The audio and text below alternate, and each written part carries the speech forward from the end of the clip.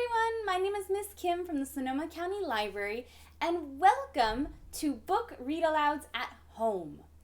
Get comfortable and get ready to listen to a chapter book a week read out loud to you.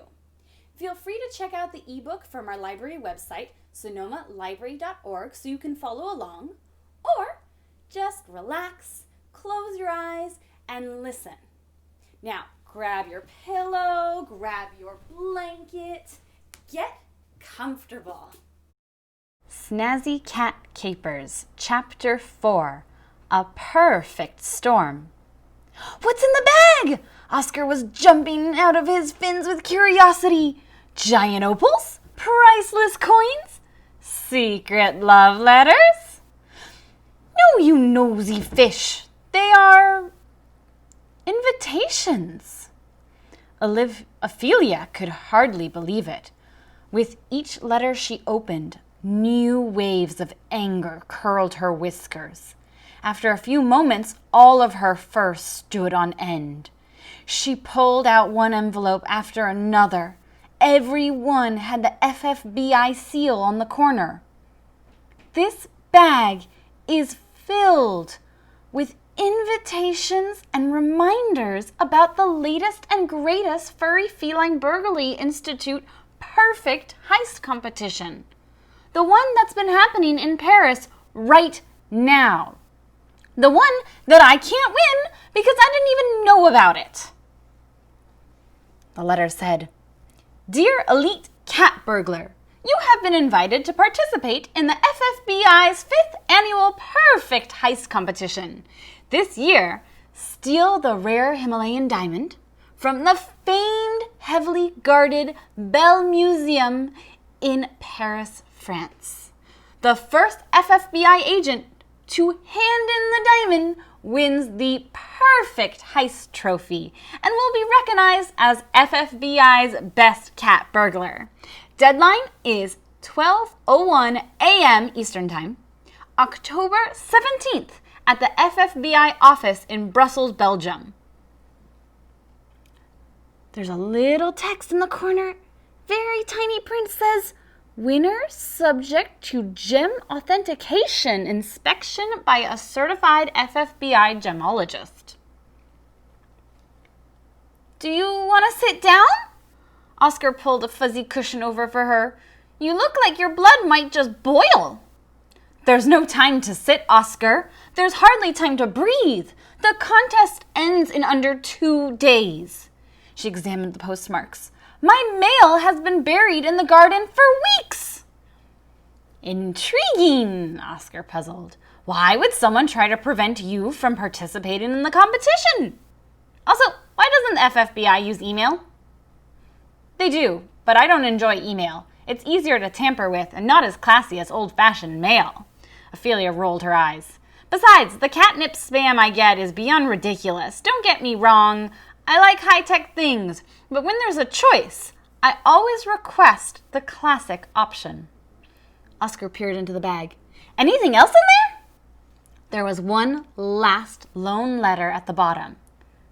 Hey! Oscar exclaimed. I've seen this picture at the FFBI HQ. He's a bully. None of the inventors like to work with him. Ugh. Pierre von Rascal of Thessalvania, my cousin, is the least charming criminal around. Oh, Oscar clapped his fins together. A family rivalry. Such drama. I think his eyebrows are impressive. This is no ordinary rivalry, fish face. Pierre's jealousy of me started when we were barely more than small balls of fur. He once stole my favorite Captain Clawsome action figure, and he still has it. But that must have been so long ago, Oscar replied. Oh, it just gets worse and worse. He's always mad at me because I win. Do you know why I win? Because he's sloppy and I do things right. Just then, P-U-G, Pug, licked Ophelia's face. Ugh, please program that robot to never lick me. I suppose I don't really have time to tell you a bunch of old Ophelia versus Pierre rivalry stories. I've got to figure out how to get ahead when I'm already so far behind. Olivia's eyes narrowed and she paced the room. The thought of Pierre stealing these letters for weeks and weeks made her want to cough up a big fat hairball. My cousin is out to sabotage me and break my winning streak. I've always won the FFBI's perfect heist competition. She took a deep breath to counteract the hissy fit she felt coming on. Can you check to see if anyone's successfully stolen the Paris diamond yet? If not, I need to get there ASAP. Ophelia knew that if she could get to Paris quickly, then with the right tools and the help of a few international allies, she could win the prize, get the contest settled, and keep her #1 spot. Oscar checked the global database. The diamond still appears to be at the museum. We have a chance. Ophelia studied the museum's blueprints. A few ideas about a very grand heist started to brew in her mind. I can do this, Ophelia muttered out loud.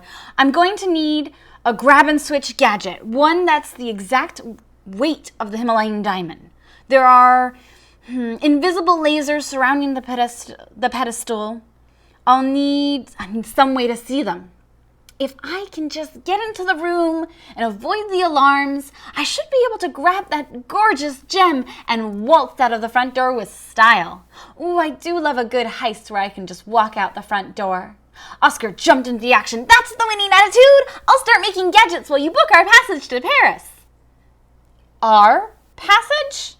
Ophelia's perfectly manicured eyebrows shot up to the ceiling. I need gadgets for sure, but we do not need a travel plan. Only I do. Even though Ophelia was almost 2 full days behind Pierre and all the other agents, she knew she was the superior contender. Her stomach fluttered. This particular competition was such a wonderful thrill. Nothing worth having was ever easy to obtain, but she was prepared to win at any cost, because there was absolutely no way she would allow her cousin to knock her from the #1 spot at the FFBI. And it was time to get to Paris and steal that giant diamond.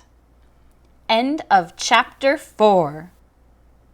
Thank you everyone for joining me. Check back weekly for more read-alouds. We'll have new ones posted every week. And be sure to check out our website, sonomalibrary.org, for up-to-date resources and information. We miss you all. Stay safe. And remember, make reading a part of every day, even if it's just for a few minutes. And have fun with it.